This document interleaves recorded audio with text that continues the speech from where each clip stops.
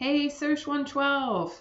Great job on your Milestone 1 summaries of the social issue that you're going to be looking at for your entire final project. This week, we begin working on Milestone 2, the next phase of your final project that is made up of Milestones 1, 2, and 3. Okay, so let's briefly go over Milestone 2. This week, we're going to be creating basically a concept map of the social issue. You're going to be examining cultural beliefs, social roles, social inequalities, and existing social conditions that help us better understand your social issue. So, you have read about cultural beliefs in the chapter on culture. So, chapter 3, review that concept before attempting to choose two cultural beliefs that help us better understand your issue.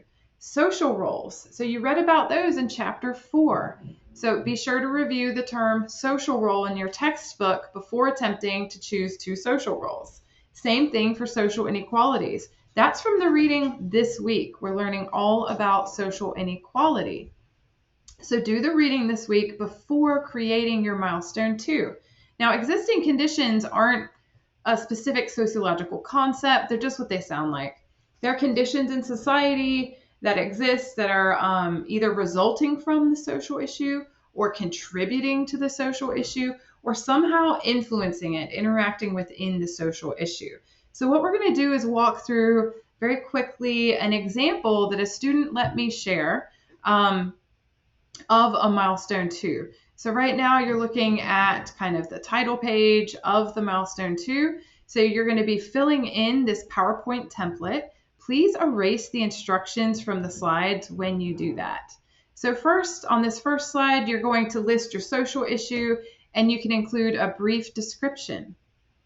Then on this slide, you're going to examine two cultural beliefs. So this student is examining wealth and income inequality as a social issue.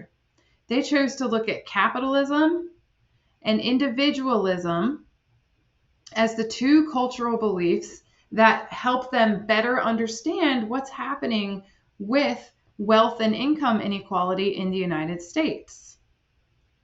Next, they chose two social roles, and these social roles are really important. This student chose parent and student, and they're specifically looking at minority families and minority students. So choosing parent and student enables this student to look at wealth and income inequality in terms of families and then education and see how that impacts it, how it interacts within the issue.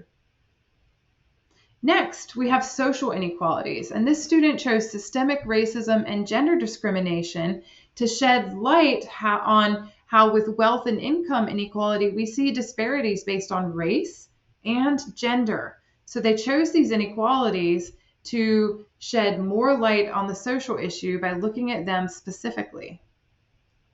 Next, for existing social conditions, this student chose social media and then generational shift in perceptions. You can go in many directions with existing social conditions.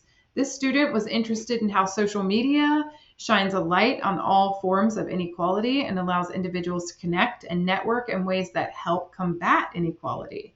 They also chose generational shifts in perceptions to kind of talk about how Generation Z and millennials hold more progressive views that acknowledge systemic racism, gender inequality, and other social problems that feed into the larger issue of wealth and income inequality. So you'll notice that all of the concepts the student chose work together to shine light on the social issue to help us better understand it by breaking it down. So capitalism and individualism help us understand the roots of wealth and income inequality in our society because our economy is capitalist. And in the United States, we are very individualistic because of our capitalism. We're very competitive, and these help perpetuate wealth and income inequality, these beliefs. They chose the social roles again of parent and student so that they could look at families and education within this social issue. They then chose systemic racism and gender discrimination so they could look at how within this social issue there are disparities based on race and gender.